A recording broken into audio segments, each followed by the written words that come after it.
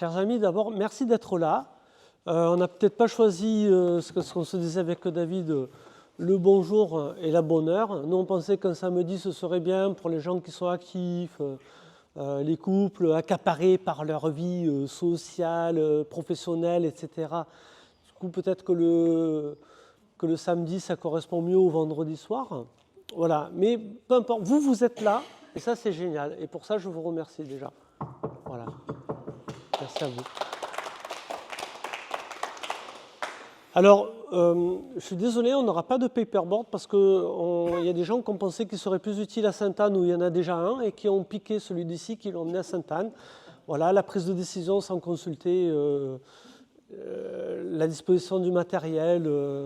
Voilà, si ça vous rappelle des... Vous voyez, au niveau de la communication.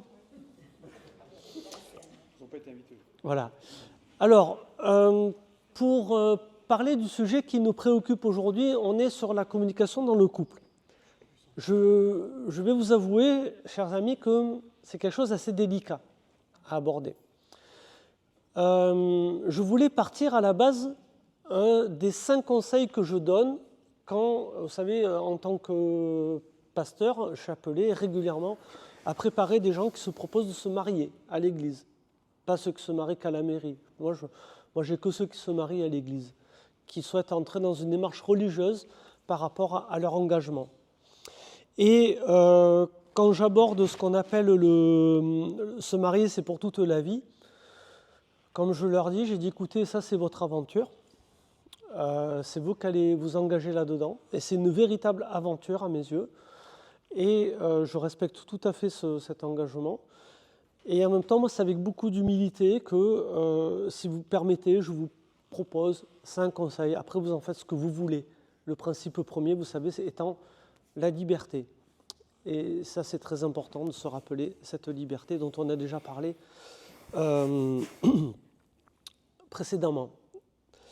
Alors, j'ai fait un choix un petit peu différent parce que vous n'êtes pas des couples qui se préparent au mariage. Donc, il fallait adapter un petit peu la proposition à vous qui êtes là aujourd'hui. Et je voulais partir d'une chose. Alors, déjà, nous positionner par rapport à la thématique qu'on aborde aujourd'hui. Je suis prêtre. Ça, vous êtes tous au courant. En tant que tel, il y a 25 ans, on va fêter ça le 2 juin prochain. Vous êtes tous conviés, ça vous le savez déjà. Je vais fêter les 25 ans d'ordination. Et dans l'engagement que j'ai pris le jour où j'ai été ordonné prêtre, il y a ce qu'on appelle le célibat. Ça fait partie de mes engagements de prêtre. Voilà. Alors, évidemment, par rapport à ce que je vais vous dire aujourd'hui, je ne vais pas pouvoir me baser sur mon expérience personnelle. Et ça, c'est génial. Ça, c'est bon. Ça me donne une certaine objectivité par rapport au sujet dont on va traiter que je n'aurais pas eu si j'avais été engagé dans la vie de couple. Vous vous en doutez bien. Moi, ce que je vais vous dire maintenant, c'est basé sur 25 ans d'observation, 25 ans de rapports, d'accompagnement de couples que j'ai préparés au mariage et de certains que j'ai revus après le mariage. Il arrive quelquefois que certaines viennent nous revoir pour le service après-vente, si vous permettez cette expression. Et c'est toujours chouette quand ça se passe. Et si vous voulez, un petit peu cela a travaillé en moi un certain nombre de convictions, un petit peu par rapport à cet accompagnement des couples en tant que pasteur. Tout d'abord, le constat, c'est un constat de base que je vais poser ici devant vous maintenant et qui va permettre de développer ce qui va suivre. Le constat de base, c'est, imaginez un jour, je suis à Saint-Barnabé, je suis tout jeune vicaire, tout jeune prêtre, tout fraîchement ordonné, là ça fait 1 an ou 2 que je suis prêtre, et là, moi je suis derrière mon bureau, imaginez David à ma place, et devant moi, j'ai monsieur et madame. D'accord, vous visualisez bien. Monsieur me dit à moi ce qu'il veut dire à madame. Et madame répond en disant à moi ce qu'elle veut dire à monsieur. Je me suis retrouvé dans cette situation, je ne sais pas si vous imaginez. Un espèce de médiateur, c'était tout nouveau pour moi ce genre de situation et je n'étais pas vraiment à l'aise, je le confesse. dans ce genre de truc, mais vous voyez le genre de truc auquel j'ai été confronté. Pour être honnête avec vous, pour moi, quand il y a des couples qui sont en crise, qui sont sur le bord de la séparation ou en dynamique de séparation où la séparation est faite, dans la plupart des cas, si on regarde bien et si on relit bien l'expérience des gens, ce qui s'est vécu, je vais essayer de ne pas être trop généraliste dans mon propos, mais je pense que dans 85-90% des cas, il y a un souci de com. Il y a un souci de communication. On n'a pas su communiquer.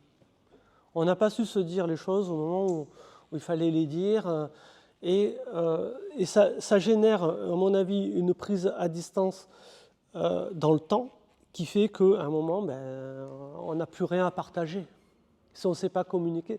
C'est terrible, hein, comme quoi, vous voyez comme la communication peut être importante dans le partage des choses que l'on vit ensemble, surtout dans une vie de couple, où on est appelé à partager beaucoup, me semble-t-il.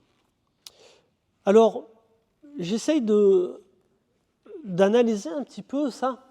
Le pasteur que je suis se pose la question, mais pourquoi ? Pourquoi il y a des couples qui ont un petit peu de mal à communiquer comme ça ?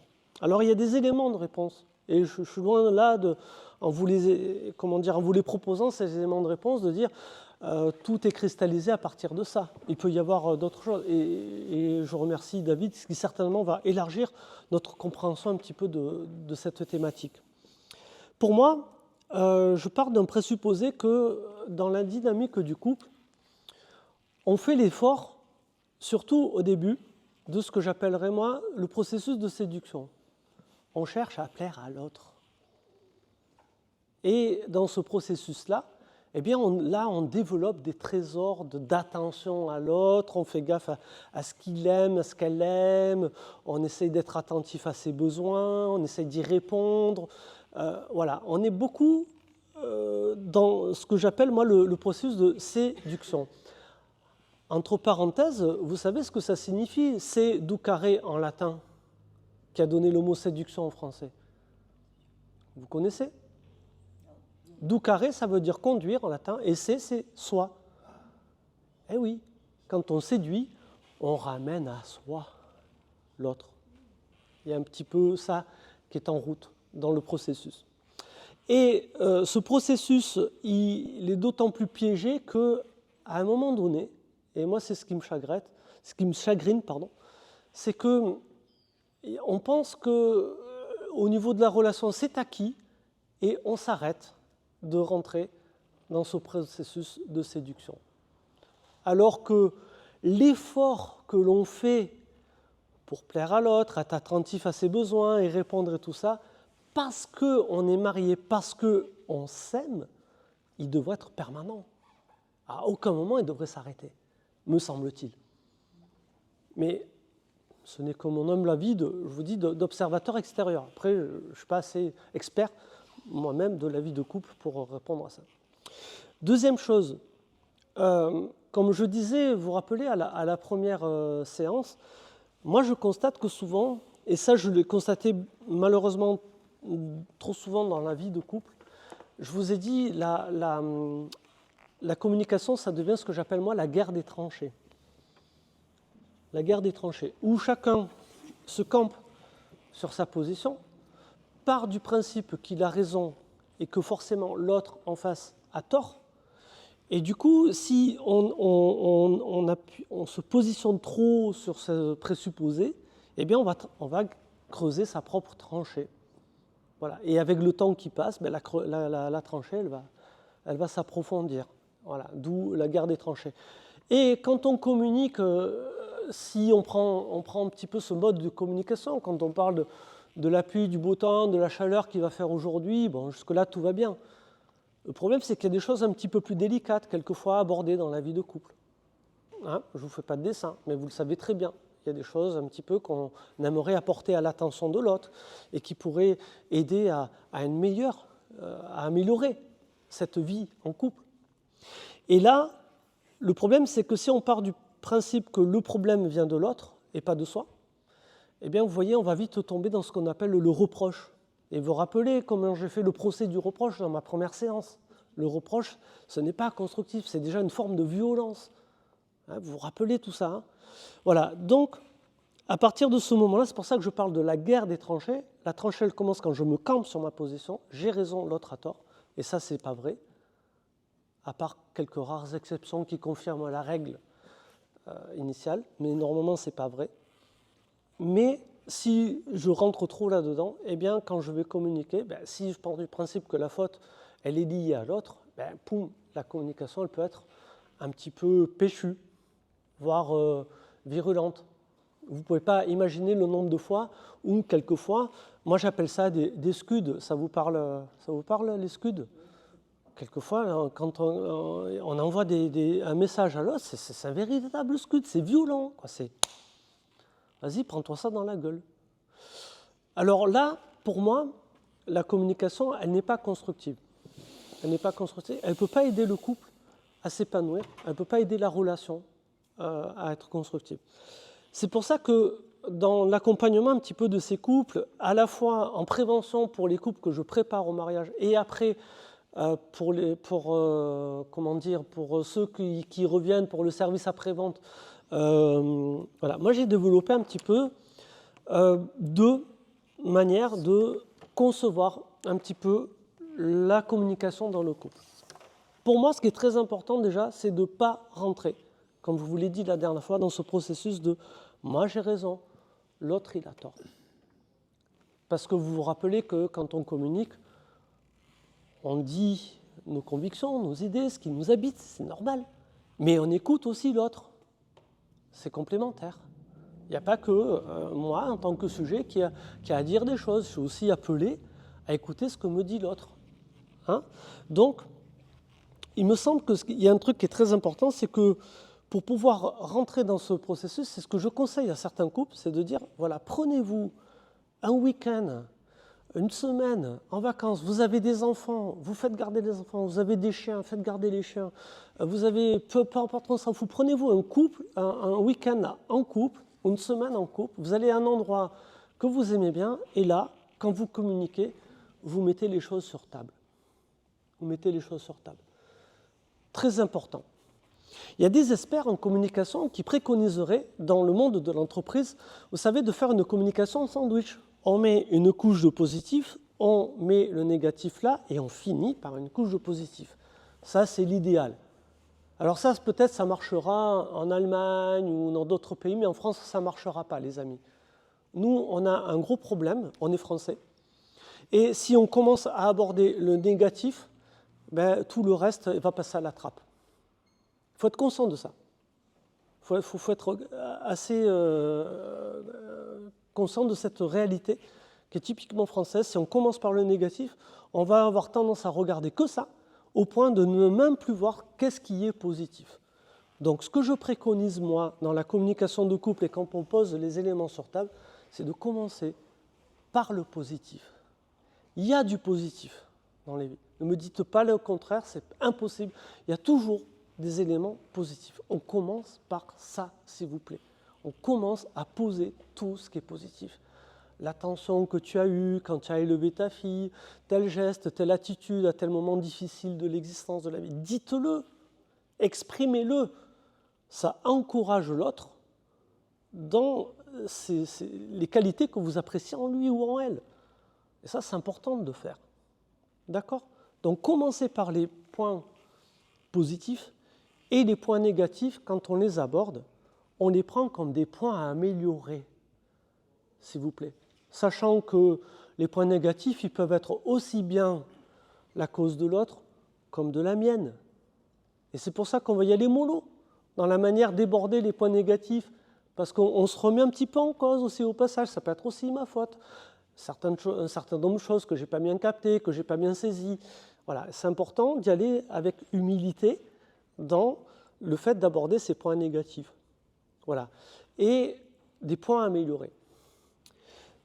Moi, quand je conseille ça aux couples, je leur dis, voilà, prenez-vous, comme je vous ai dit, un week-end, une fois tous les 3, 5 ans, voilà, à peu près, sur une fréquence à peu près comme ça, on va faire une communication de type bilan. D'accord ? Le troisième conseil que je leur donne, ça c'est mon deuxième sur la communication.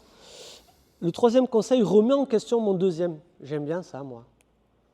Me remettre en question déjà dans les conseils que je donne aux autres. Et vous connaissez, mon troisième conseil, il vient d'une règle d'or de la vie de couple. Vous connaissez cet adage. Tu ne t'endormiras jamais sur une tension.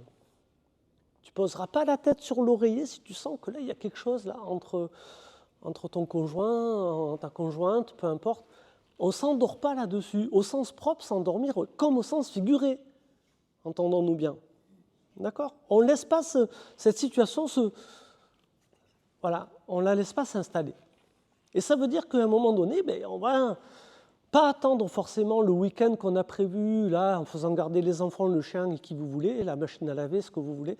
Et on va, quand se présentent ce que j'appellerais moi des abcès, ces tensions-là passagères, ça peut être des abcès dans la vie de couple, il va falloir les traiter au moment où ils se présentent. D'accord ? Tant pis si ça va retarder le sommeil d'1 heure, 2, 3, on s'en fout. Parce que, in fine, on va mieux dormir et le lendemain, on va se réveiller beaucoup mieux, en meilleur état.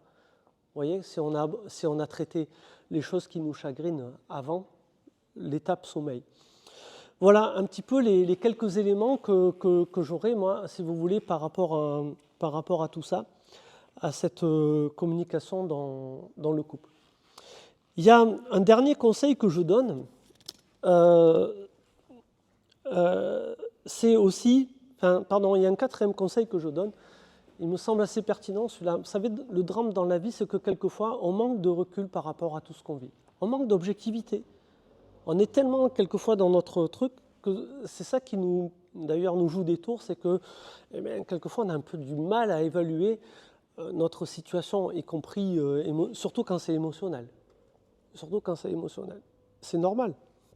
On est des êtres humains, voilà. Et c'est là où c'est important d'avoir ce que j'appellerais moi des personnes ressources autour de nous, et vous en connaissez certainement tous, qui sont en capacité de vous aider à relire votre vie, ce que vous vivez. On parle dans la tradition de l'Église, ça s'appelle de l'accompagnement, ce genre de choses.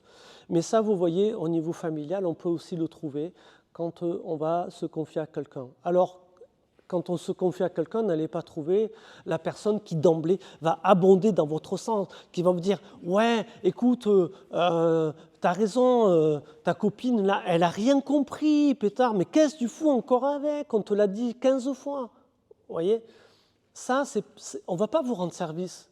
La personne qui fait ça pense faire bien, mais en fait ne vous aide pas à prendre du recul par rapport à ce que vous vivez.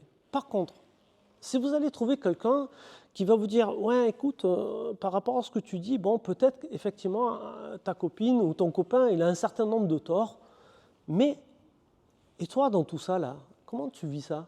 Comment tu perçois ça? Et ta manière de réagir, tu es sûr que tu es juste là dans ta manière de réagir? Ah, ça c'est intéressant comme avis, parce que ça peut aider à avancer. Vous voyez?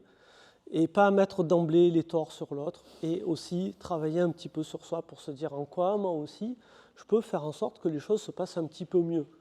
Voilà, donc ça c'est vraiment capital et essentiel, les amis, d'avoir autour de nous, et il y en a, regardez, grâce à Dieu, il nous donne cette chance, le Seigneur, d'avoir des frères et des sœurs qui ont cette capacité d'avoir un petit peu cette relecture des choses, et qui vont nous aider à prendre un petit peu de distance et de recul, à objectiver certains problèmes, à sortir de la subjectivité pour mieux les analyser et mieux les traiter. J'en suis à combien de temps ? Presque 20. Allez, dernier conseil. Souvent je dis ça, le premier, quand je m'adresse à des jeunes de couple, ils me regardent avec des yeux comme ça, de merlan frit. Je leur dis, écoutez, n'oubliez pas qu'à la base de votre vie de couple, vous êtes à deux. Et qu'à l'arrivée, vous serez à deux. Quoi qu'il se passe entre-temps. Quoi qu'il se passe entre-temps. Alors, il me regarde comme ça, qu'est-ce qu'il nous dit le père Laurent ? Alors, je développe un peu. Est-ce que vous savez, à l'heure actuelle, en France, sur le nombre de divorces qui sont prononcés, combien arrivent à l'âge de la retraite ? 60, 65, peu importe, même si ça... On ne sait plus à quel âge c'est maintenant la retraite, mais bon, peu importe. Est-ce que vous savez la proportion de divorces qui sont prononcés à l'âge où les gens arrivent à la retraite, s'il vous plaît? Vous savez ou pas? C'est du 40%. 40%. Ça fait beaucoup, non? Moi, je pensais qu'il y avait des couples qui éclataient beaucoup plus tôt que ça. Mais non. Il y en a qui ont reçu, qui ont tenu, et qui ont 20, 25, 30 ans de mariage. Et puis ils arrivent à la retraite, ça explose. Il y a plusieurs facteurs. Je confie à David la tâche d'en parler mieux que moi. Je pense qu'un des drames de notre vie, c'est que souvent, on fait, c'est très humain comme manière de faire, on fait des transferts. On fait des transferts. Vous voyez, ça ne veut pas dire que dans le couple, ça se passe mal, voilà, ou la relation avec le conjoint ou la conjointe ne se passe pas très bien. Il n'y a pas besoin de ça. Mais on peut, en fait, s'attacher à d'autres choses. Ça peut être le boulot, ça peut être les enfants, ça peut être les associations qu'on gère, ça peut être beaucoup de choses. Les deux choses, à mon avis, qui sont les plus flagrantes et les plus repérables parmi les lieux de transfert, c'est le job, le boulot, et les enfants. Le job, surtout pour les messieurs, les enfants, surtout pour les dames. Mais attention, quand je dis ça, je ne veux pas trop restreindre le truc parce que ça peut aussi s'inverser. Ça peut être des femmes qui font beaucoup de transferts sur le boulot et des hommes qui font beaucoup de transferts sur les enfants. Et si on a fait trop de transferts et qu'on n'a pas assez géré, vous voyez, la relation de couple, eh bien oui, quand on va arriver à l'âge de la retraite, pourquoi on est toujours ensemble? En fait, on n'a plus de raison de l'être. Et là, ça explose. Voilà, donc d'où mon petit conseil minable. Rappelez-vous qu'à la base de votre aventure dans le couple, vous êtes à deux, et qu'à l'arrivée, vous serez à deux. Et ça, ça s'intègre dans la manière de mener la barque de son existence tout au long de la vie. Je vous remercie pour votre écoute et j'ai dépassé un petit peu. Désolé.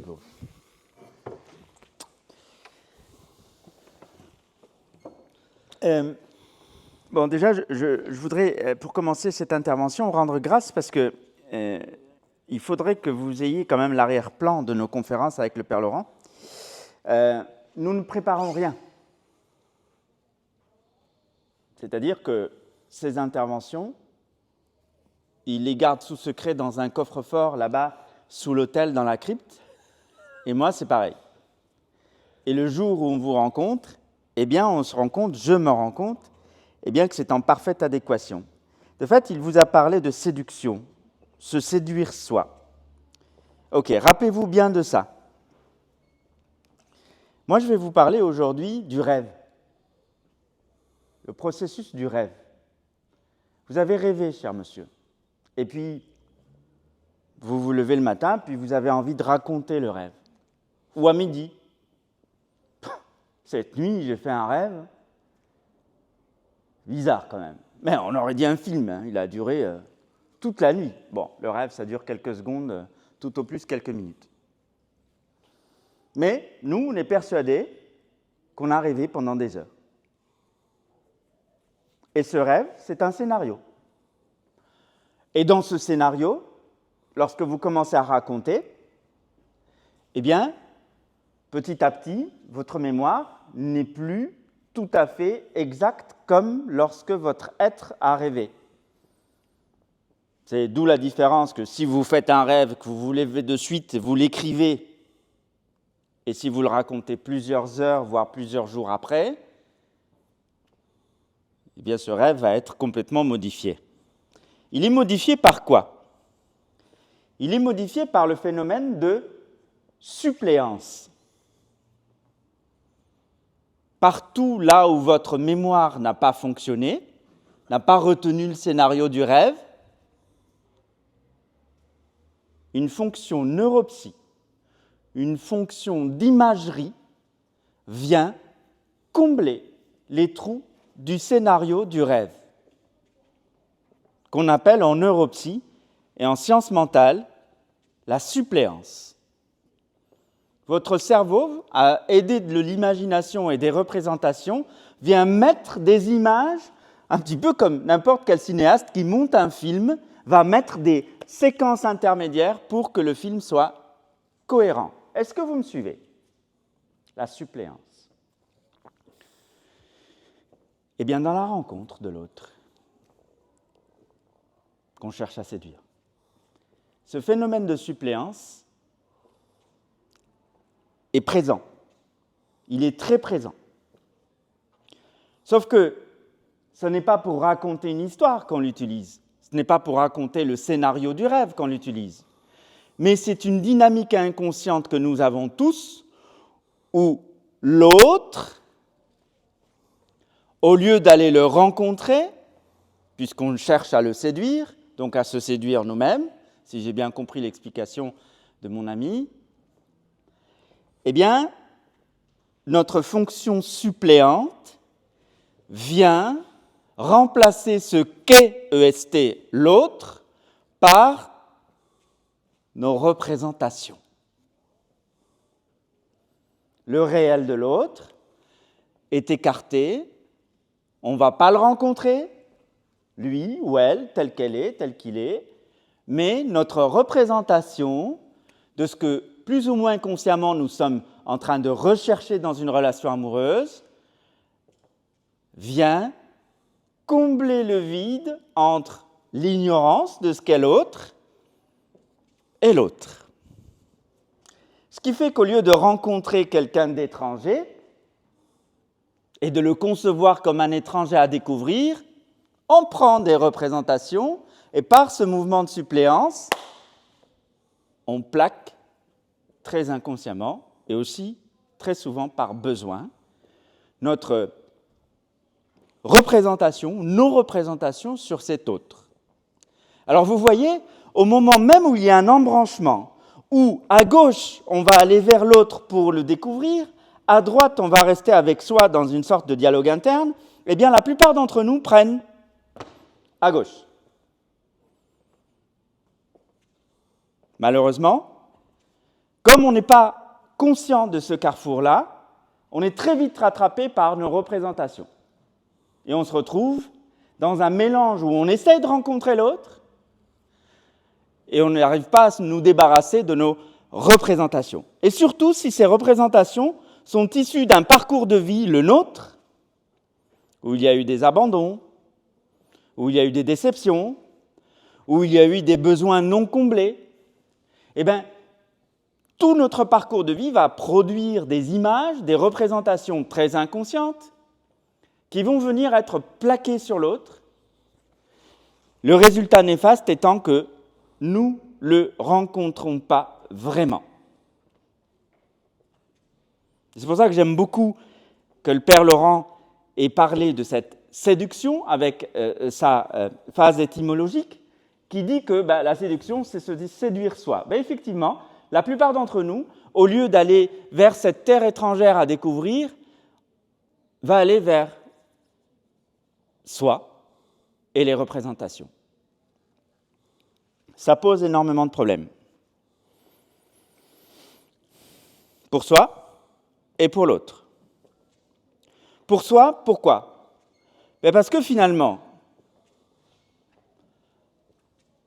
je rencontre quelqu'un, je suis heureux, heureuse, mais finalement j'ai rencontré quelqu'un qui me permet d'être avec moi-même. Je ne rencontre pas vraiment une personne dans une altérité qui me permet un autre que soi, un autre que moi-même, autre chose que ce petit conciliabule interne entre mon désir et mes représentations.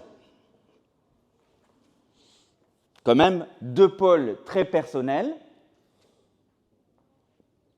qui génèrent une équation où l'autre est absent. Difficulté. Dans une récente conférence sur Radio Maria, je disais que la rencontre, c'était quelque chose qui permettait de ne plus être 1 plus 1 égale 2, mais 1 plus 1 égale 3. Pourquoi 3 ? Parce que un reste un, l'autre reste l'autre. Donc il y a déjà 2. Et 3, c'est le couple, une entité. Autre chose que moi, autre chose que l'autre. Autre. Ça n'est plus une représentation que je fonds dans la relation, parce que j'ai besoin de me représenter l'autre, ou la relation comme ça me satisfait, mais plutôt comment j'arrive à me départir de moi finalement, à ne plus être au plus près de ce dont j'ai besoin, au plus près de ce que je m'imagine, mais plutôt avec l'autre. Et l'autre, pas comme finalité, c'est-à-dire que je ne cherche pas à fusionner, je ne cherche pas à devenir l'autre, je ne cherche pas à fusionner avec l'autre, on ne fusionne qu'avec sa mère, momentanément. Eh bien, c'est rencontrer l'autre parce qu'il est intéressant, elle est intéressante, pour créer une troisième entité.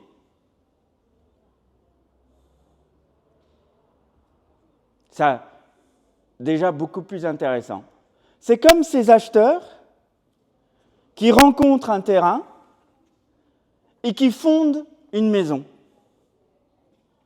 voyez, comme là aussi, on a une triangulation. On a les acheteurs, on a le potentiel et on a l'édifice. Et bien, le couple, c'est pareil.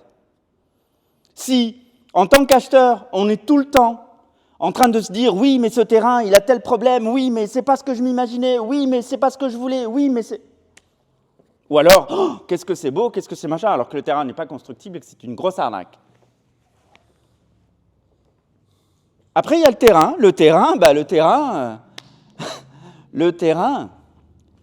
il est des fois à arranger, il est à consolider, il est peut-être à renforcer dans certains de ses aspects pour n'y pas qu'il y ait d'éboulement ou d'élitement de la terre. Le terrain, il faut le travailler. Ça, c'est ce que peut-être mes amis prêtres appellent le temps de fiançailles. Travailler le terrain.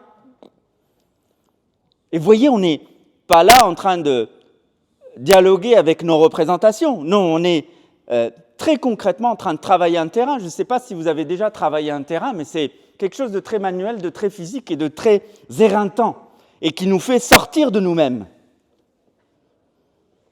Ainsi va le couple.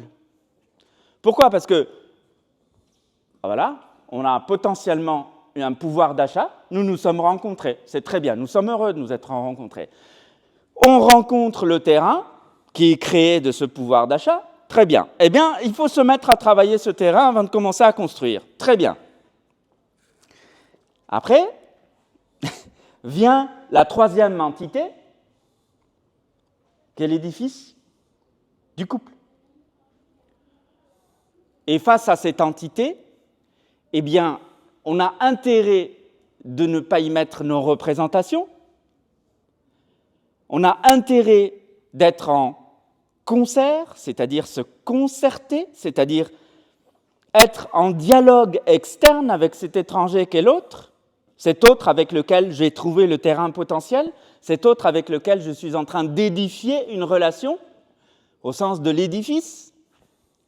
Et quand cet édifice va se créer, déjà il est long à créer, je ne sais pas si vous avez déjà construit une maison, il me semble que ça ne s'habite pas au bout de 2 jours, ni même 2 mois, quand c'est une maison bien faite, bien conçue, on en a entre 6 mois et 2 ans, eh bien le couple va de même.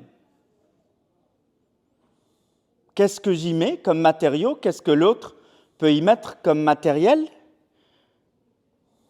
Qu'est-ce que, en dehors de moi, je peux offrir à cet édifice pour qu'il soit le plus solide possible ? Et on se rend compte que, finalement, le couple, ce n'est pas l'endroit de la fusion, mais c'est l'endroit de l'abnégation. Le couple, Hein? Beaucoup de couples qui s'adressent à moi pour leur thérapie me disent « Au départ, qu'est-ce qu'on était fusionnel ?» Ah oui, bon, quand dans votre tronche de psy, vous vous dites on est fusionnel qu'avec sa mère, déjà, ça pose pas mal de problèmes. Et ces jeunes couples idéalisent cette fusion. Parce que dans cette fusion, eh bien, effectivement, on retrouve quelque chose de la douceur, de la matrice, de l'absolu, avec une maman qui porte son bébé dans les mois de gestation ou dans les premiers mois de vie post-accouchement. Et ça, ce n'est pas valable dans le couple. Absolument pas. Dans le couple, il ne s'agit pas de fusionner. Dans le couple, il s'agit de se rencontrer. Et se rencontrer, vous l'aurez compris, mon speech aujourd'hui concerne cette fameuse suppléance. Il ne s'agit pas de se rencontrer à travers l'autre, il s'agit de rencontrer un autre univers. Pourquoi rencontrer un autre univers? Parce qu'il y a encore un autre univers à créer. On se retrouve avec 3 univers là. Pas 2, pas 1. Parce que dans la fusion, on revient à 1. Dans certains couples, on est au maximum 2. Dans les couples qui tiennent la route, messieurs, dames, on est 3. Moi, toi, l'édifice. Et cet édifice, lorsque on a souffert des dysfonctionnements, même quand on a de l'argent, même quand le terrain est bien, même quand l'architecte est honnête, même quand les travailleurs et travailleuses dans un chantier d'édifice sont honnêtes, eh bien, ça ne va pas sans difficulté que de construire une maison. Il y a une poche de je ne sais pas quoi qui se perce, il y a une pierre qui bloque les fondations, il y a un pilier qui va de travers alors qu'on ne s'en était pas rendu compte. Enfin, il y a toujours quelque chose dans un édifice du couple, ou un édifice physique, une maison, qui va de travers. Eh bien là aussi, il y a un carrefour. Vous avez des personnes qui, dès le départ, ont fait ce travail de se départir de soi pour s'investir dans une entité nommée couple et qui vont envisager la difficulté telle qu'elle est. Une difficulté extérieure au couple, une difficulté du couple, dans laquelle moi, membre du couple, je vais m'investir comme étant un réparateur. Un réparateur, un intervenant sur l'édifice du couple qui va venir avec toute son honnêteté, toute sa bienveillance, tout son professionnalisme, entre guillemets, pour que l'édifice du couple puisse grandir. C'est là, en général, qu'on va entendre parler de séparation et de divorce. Pourquoi? Parce que si la personne, au départ, était en lien, est tombée amoureuse d'elle-même, est tombée amoureuse de ses propres représentations et quelque part a acheté un objet nommé l'autre, eh bien là, quand il va s'agir de réparer une partie du couple qui dysfonctionne, ça va être, vous avez un mot en français que je n'arrive pas à retrouver, ça va être, alors le mot qui me vient c'est brinque-ballant, mais il y en a un autre. Caduc? Non, pas caduc, mais quelque chose d'impossible, au fait. Pourquoi? Parce que pour réparer un objet extérieur, qui est le couple, en fait, on ne peut pas être en dialogue avec soi. Bien sûr qu'on est partie prenante dans un dialogue qui va édifier le couple, mais si on part dans la rencontre amoureuse, dans déjà un dialogue avec nos propres représentations, et quand il s'agira de s'extraire pour aller réparer l'objet extérieur qui est l'édifice du couple et de la relation, eh bien, ça va être très délicat, puisque la personne, c'est là qu'elle va se sentir blessée, c'est là qu'elle va se sentir attaquée, c'est là que... Pourquoi? Parce que dès le départ, son engagement dans le couple, c'est un engagement envers elle-même ou lui-même, pas envers une troisième entité nommée couple, puisque je me suis engagé avec toi parce que tu correspondais à mes rêves, parce que tu es venu dans cette fameuse suppléance correspondre à quelque chose qui m'a toujours manqué, pas à quelqu'un que j'ai envie de rencontrer, pas une altérité que j'ai envie d'édifier, pas une altérité avec laquelle j'ai envie de m'associer pour encore une troisième chose nommée couple, nommée famille. Il est là le problème, messieurs, dames. en tout cas pour moi, c'est que au lieu de rencontrer une altérité, au lieu de rencontrer un espace potentiel pour un autre espace potentiel, hein, vous voyez, là, ça commence à être lourd quand même, lourd positivement, au sens où il y a non seulement l'univers de l'autre qu'on doit rencontrer, mais il y a encore un autre espace. C'est pas parce que tu as trouvé le terrain de ta maison que ta maison est hors sol. Il y a encore du boulot. Et ce boulot, si dès le départ, toi, tu es dans un dialogue avec toi-même, ce boulot ne va pas être possible, ni dans la rencontre de l'altérité du sujet que tu as rencontré, ni dans l'implication nécessaire qu'il y a à engager dans l'édifice du couple. Voilà.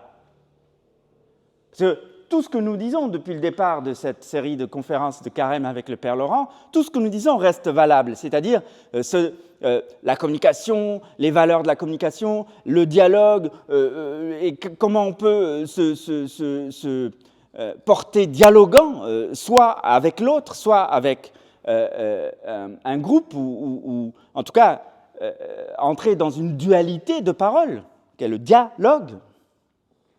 Tout ça reste valable. Mais dans le couple spécifiquement, qui est notre sujet d'aujourd'hui, on se rend compte que le dialogue, dès le départ, il est dans la séduction, comme l'a expliqué exactement dans la lettre des paroles du Père Laurent. La séduction est un langage de soi à soi. Alors, comment faire ? Comment faire ?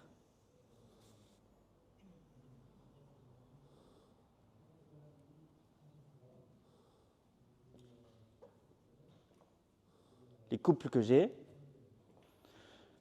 dans la chance de suivre leurs fiançailles ou peut-être leurs difficultés, comme le disait le Père Laurent, leurs crises, eh bien, ce que j'étudie, bien sûr, je vais leur apprendre à dialoguer, évidemment. L'écoute, le silence pendant que l'autre parle, le respect de la parole de l'autre, évidemment, tout ce qu'on a écumé pendant cette série de conférences. Mais je vais aussi m'enquérir du pourquoi, comment les représentations de l'un et de l'autre sont venus interdire la construction de cette troisième entité nommée couple. Et c'est là, en fait, que vous faites énormément de bien à ces couples naissants ou à ces couples en crise. C'est parce que, au fait, vous les aidez à identifier que l'autre, jusque-là, a été de l'ordre de l'objet et non pas du sujet de rencontre pour encore une troisième étape qu'est l'édifice du couple. C'est là que ça se résout. Mais là, si l'orgueil, le narcisse blessé, l'identité qui n'a jamais été soignée et tous ces blocages qui vont venir interdire le travail, eh bien, soit les couples résistent, et il y en a pas mal, grâce à Dieu, qui résistent, soit le couple éclate, parce qu'on est incapable de se départir d'un dialogue avec soi. Merci.